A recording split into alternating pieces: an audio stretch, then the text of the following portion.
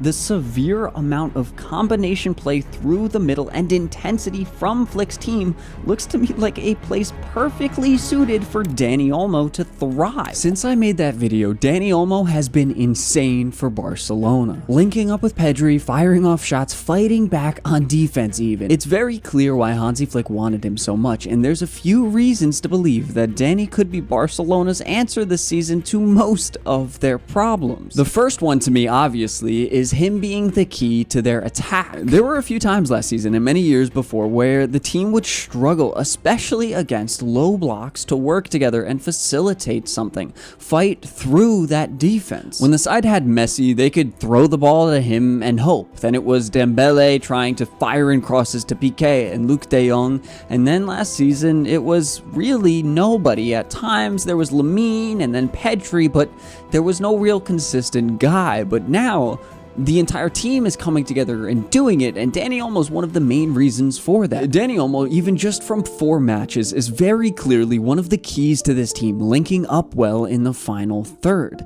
His combination play with Pedri, Lamine, and Rafinha has been brilliant to watch, and even Lewandowski seems to be connecting better with his teammates. Now, a lot of it is also because of Hansi Flick. The way he coaches his team, sets them up with his tactics, and trains them in practice, well, has created a team that works very well together. But Dani Olmo is one of the key reasons why that's able to come together so well in matches. They all play like a team together and are excelling in their own rights, and might not have done that without Dani. Pedri could have played that same position earlier in this season without Dani, but then who would have been the deeper lying midfielder to help move the ball forward with all the injuries? Rafinha could have played there, but then we would have had no left winger. You're going to leave that all to Ferran Torres? And then what else is going to go on? Gundogan could do it, but we've seen there'd been too much of a lack in his game, at least defensively, even with his great goal contribution record last season. Firmino could have also done it, but I think he excels at a slightly different part of the game than Dani, and so Olmo is one of the perfect players to play in this position. Is he a luxury player? Yes. Was it a signing we should have made when we had so many other holes in our lineup? Maybe not, but he can be the key to unlocking this offense more often than it might have happened even without him, even with all the guys clicking with all of their chemistry. If he can help us score 1 or 2 more goals, every 3 games, he might just make it himself worth it, even if we concede 1 more goal in those games. But like I said before, I saw Dani fitting into this side from the start, even if I didn't think it was the greatest signing. But why did so many other people, a lot of notable Barcelona fans online, not think he was going to fit into this team? Well, I think they had the wrong perception of where Dani would play on the pitch. With all the talk about Nico Williams this summer, I think a lot of fans, myself included, came to the conclusion that we needed a proper winger because of what we saw from the Spanish duo do during the Euros this summer. When Dani's name came into conversation about being one of the transfer options for Barcelona for that winger position, I think we slotted him directly into that spot that was held or supposed to be held by Nico Williams in our heads, and so we thought he's not going to be able to do that as well as Nico, and he probably can't. But that's very clearly not where he's being used. And I don't think Hansi Flick ever thought they were going to play even the same position. We might have seen some Barcelona coaches in the past half-decade play players very much so out of position, but Hansi Flick doesn't look like he's doing that and is very good right now at playing guys in their actual best position on the pitch. These guys seem relaxed at the toughest of times, which is very impressive, and it's honestly hard for a lot of us to do right now because hackers in America have stolen these social security numbers and a lot of private information from most Americans, and that is where today's sponsor Aura comes in. Recently, over 2.9 billion records were stolen from national public data, and members of this hacking group have released this information for free online to anyone, and that's very concerning to me as someone who makes a living online, putting myself online, but I'm not worried because I use Aura. Aura alerts me if they find my phone number, email, or social security number anywhere on the dark web, and they will let me know fast if anyone tried to use that information to access my credit or bank account. Plus, they give up to $5 million in identity theft insurance should the worst case scenario happen, and they also provide a bunch of other features to keep you safe online,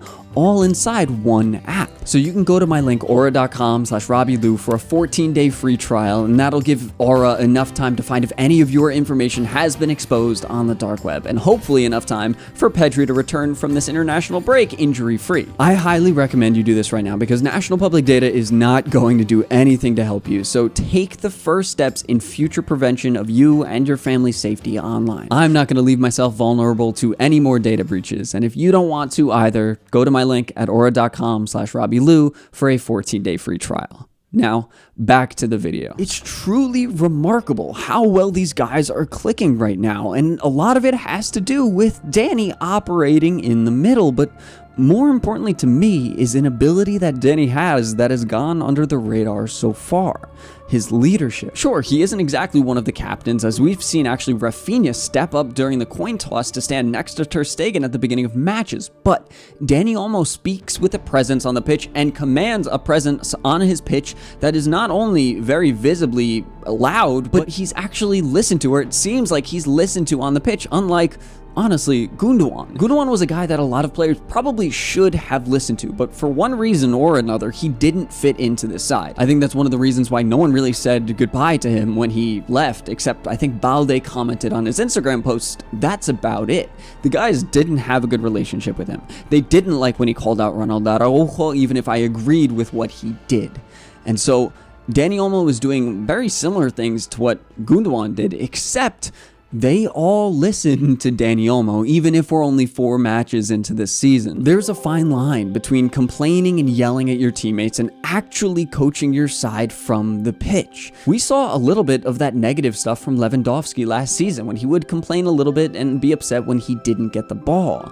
That's not positive. We see a little bit from that also from a certain fish and chips Vamos merchant, but hey, listen. I'm not talking about that right now. Dani Olmo is not like that at all. He seems to be coaching his team in a much more positive light. He's helping his team along, and it's very clear that all of their moods are significantly different than even just last season because they're doing things they really haven't been able to do for years. Most importantly, come back from deficits. This team is playing with more confidence than they have in years. They believe that they can come back when they are down a goal, and they have.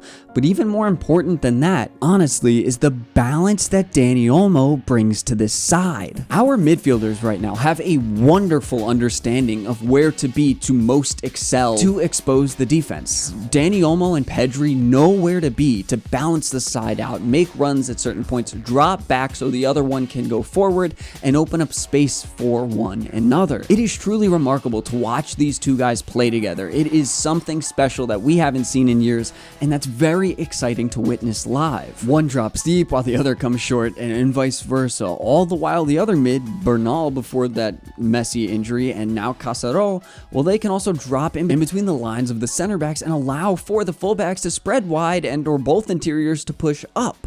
That relationship between Pedri and Olmo is something that this side has been without for a very long time, and now they're very clearly all linking up better again, a way that makes this entire team so much better even without some of the most important players in it. No Araujo, no Christensen, no Frenkie de Jong or Gavi. These are the guys that have carried this team through the most difficult moments in the past 5 years and have all had their moments of glory of saving this team, but this is coming without any of them, and without Dani Olmo, I don't think that would happen. So when they come back, this team will very likely be playing on a whole nother wavelength. That is, if they can all remain healthy. And as Barca fans, we all know that's a lot more difficult than it sounds. In the past week, we have already lost Marc Bernal for basically the entire season, and now Fermin Lopez for at least a month.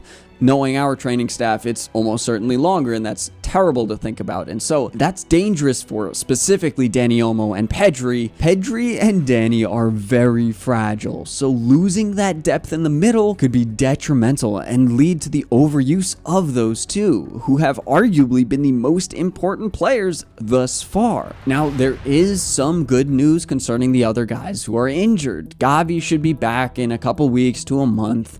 Frenkie de Jong is apparently proving to get through his training well, but we haven't seen anything like it online, and that's also concerning in its own right.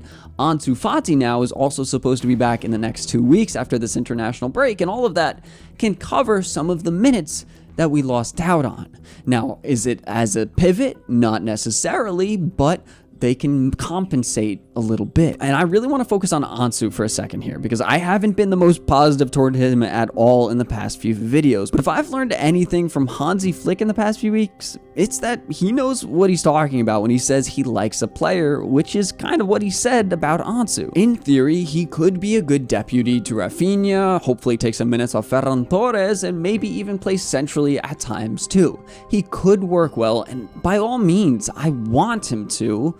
I don't know if he will, but at least he could probably take some minutes away from Dani and Pedri and let them breathe, not to mention Lamine Yamal. With that support, Dani Olmo could be managed well for the first time in several years and hopefully not get hurt. But hey, time will tell. Who knows what can happen for this team. I am just excited that I get some more hope like we had at the beginning of last season with those 2 5-0 wins. It's a little bit differently this year because I think they showed remnants of this ability in the first few matches, and it was building up to this 7-0 demolition of Rayo. But, you know, we'll have to see what happens. And also, I do want to ask you guys, check to see if you're subscribed, because you might not be, and I'm trying to make a push to see how close we can get to 100K by December. I don't know if it's possible, but I wanted to ask you guys because I don't normally do it, and I want to see what we can do, and it helps for sponsors too. So thank you guys for watching. I appreciate all of you. Visca Barça, Visca Catalunya, and Visca Dani Olmo. Peace.